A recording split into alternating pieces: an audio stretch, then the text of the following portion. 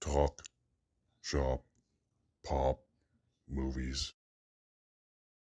Ahoy there, this is Derek, the Convicted Cinephile, and if you're a convicted cinephile yourself, please like, share, and subscribe to the channel down below. On my channel, I like to talk, shop, and pop open, that is, movies and physical media. Today, I needed to do a little retail therapy after I got some bad news earlier this morning, and I got a surprisingly big haul, so I thought I would just do an impromptu, unplanned, show me what you got video for you guys. So here we go. Show me what you got! So I have 1, 2, 3, 4, 5, 6, 7, 8, 9, 10, 11, 12, 13, 14, 15 things here. 3 of which I bought brand new at retail price. The rest of which were thrifting finds that I found this afternoon.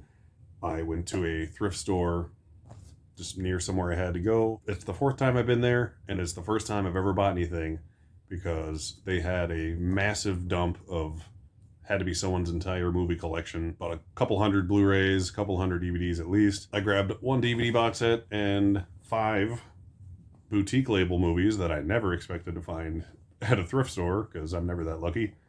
And then a handful of other good things too. So first I'm going to go through the 3 new released retail purchases I did. I got the Mill Creek VHS series Heart and Souls Blu-ray. I grew up watching this movie. I bought a copy of it for my sister as well for her belated birthday present, along with the Drop Dead Fred Blu-ray. I'm actually a fan of this. I watched this last night. I actually had a chance to watch one of the movies I bought. Holy crap, right? I love the artwork on here that they chose to use different poster artwork as opposed to the standard VHS artwork like on here. So that is neat. My cat's right here, by the way. As always. If you know, you know, right? I swung over to Best Buy yesterday, grabbed the Universal Soldier 4K Steelbook, because they're awesome. We all know that.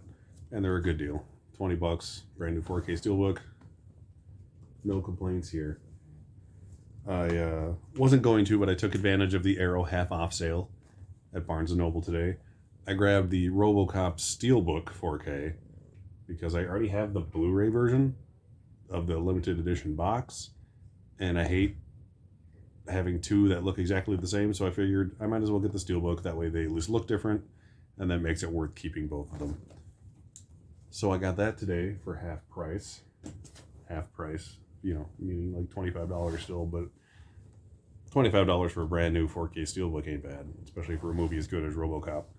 So now I have 3 copies of Robocop from 2 different boutique labels on 3 different formats, because I'm a loser.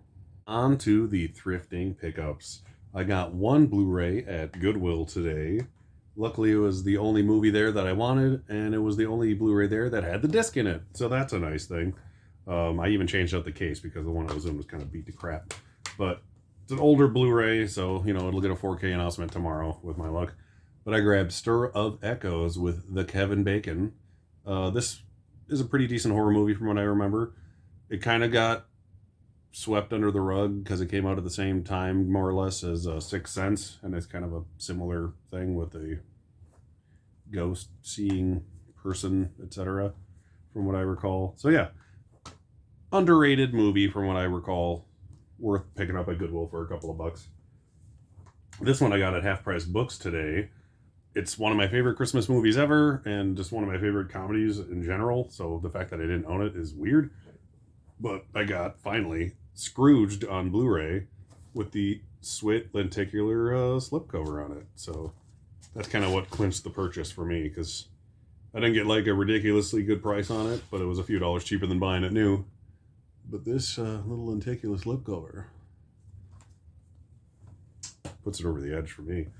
All right, and then the rest of them, 1, 2, 3, 4, 5, 6, 7, 8, 9, 10 of them, I got at that thrift store that never has anything and had like 200 Blu-rays today, like I was saying. So I'll start with like the least / most common things and then work my way down. A couple of these things I might honestly try to sell, and then it'll pay for everything else I bought today, including the Robocop Steelbook, if I'm lucky. So I finally got 28 weeks later on Blu-ray. I've had 28 days later for a million years. Never had the second one for some reason. So I finally grabbed that. It's good. I don't like it as much as 28 Days Later, but it's still good.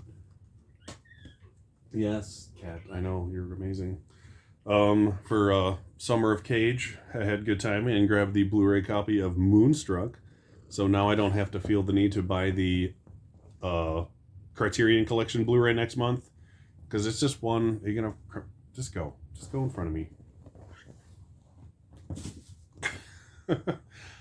I'm always tempted to buy the Criterion version of this Blu-ray, but it's a big enough movie and it's a Best Picture nominee, so it's another one for that collection, and it's pretty funny. I just have a feeling they're going to do a 4K of this one. I don't know. I might be wrong, but if I'm not, I got it for a couple of bucks on Blu-ray, so it still goes in the same spot on the shelf, on the Best Picture shelf. I got a Steven Spielberg movie that is pretty good. It's one of his more less revered films, I guess. I don't know how to... It's literally him making a remake of one of his favorite movies just because he wanted to. And that is Always. It's a cute movie. Holly Hunter, Richard Dreyfuss, and John Goodman. If I remember right, they're both like airplane firefighters. So they're the guys who like drop water on like forest fires to put them out as their career. And they're doing their job. John Goodman's plane starts on fire, and then Richard Dreyfuss puts his plane out and then ends up dying. And then he's like a ghost through the rest of the movie. And Holly Hunter is like his fiance, so he's basically watching her fall back in love, and John Goodman's his best friend, and it's adorable. And it's also Audrey Hepburn's last film role, if I'm correct. I might be wrong. I've been wrong a few times in my life. Don't tell my wife. This one I bought pretty much just so I could try to sell it. Stars and Stripes Forever. It's one of those, if I don't sell it, at least it's something new, right? It's got a cool little embossed slipcase over it. And it's just something I've never seen around. And whoever had all these movies had an interesting taste. There's a lot of older movies that I just don't ever see. This is a Blu-ray DVD combo. But I've never seen this thing in the wild before, even years ago. So it's one that I could keep, but I might just try to flip this one and pay for the rest of what I bought solely off of this guy. On to the boutique label stuff I found.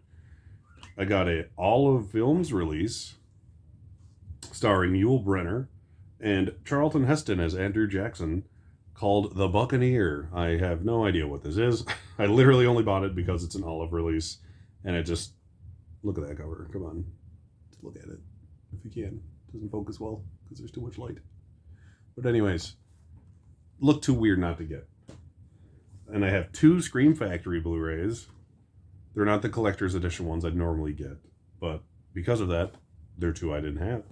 I got Bad Moon, which is a decent werewolf movie from what I remember, but for a couple of bucks, who the hell cares, right? And then I got Ben, the sequel to Willard. I don't have Willard, but I have the sequel to Willard, so that's something. Now I need to go get Willard. I found a Blue Underground Blu-ray copy of The Final Countdown. I know there's an amazing 4K of this, but I've never seen the movie. And if I can get the boutique label Blu-ray of it for a couple of bucks, sure as hell going to do that. And then, hiding on the DVD section of the store, I found this Criterion Blu-ray just sneaking around. It's hiding there. It's The Four Feathers, spine number 583. The movie's from 1939. I've never seen it. I remember there being like a remake film called The Four Feathers with Heath Ledger that came out when I worked at the theater back in the 2000s. But yeah, if I find a Criterion movie of any format at a thrift store, I'm buying it. I don't care what it is. I don't care if I never watch it. I'm getting it. But yeah, I found 2 Scream Factories, a Criterion, and a Blue Underground, and an Olive Films Blu-ray. And they had a bunch of Mill Creek stuff too. It just there ended up not really being anything I needed or anything worth getting. And last but not least, the DVD I picked up. DVDs. This is a box set. It is the Revenge of the Nerds Atomic Wedgie Collection. All 4 Revenge of the Nerds movies on DVD in the little slim individual cases that they used to love doing. I don't have any of the Nerds movies for some reason. I love the first one. It's a film I grew up on, even though it's like extremely inappropriate for a kid of my age watching it. As far as I can remember, either little or no of the sequels are on Blu-ray. I know like 3 and 4 aren't. Second one might be. So that's why I figured I'd grab it. And this is another one where I could potentially sell it off if I felt like it and pay for the rest of the stack. So we'll see what I end up doing. But I love the first Revenge of the Nerds. So until I at least get that on Blu-ray at some point, I'll probably be keeping this one. Revenge of the Nerds 2 isn't so bad. 3 and 4, they exist, right? Not too shabby for a impromptu retail thrift therapy session I had today. I wasn't even going to do one of these videos till next week because I was expecting something in the mail, but this was more than enough to necessitate a video, in my opinion. So, thank you for watching. My name, once again, is Derek, the Convicted Cinephile. Please like, share, and subscribe, and I'll see you next time. Talk, shop, pop, movies. I went to a channel too What? about just as we imagine next guys. Oh my And I'm god. putting them in a bag. In a bag? Yeah, so I can see what all the guys I'm imagining, all the names. Children.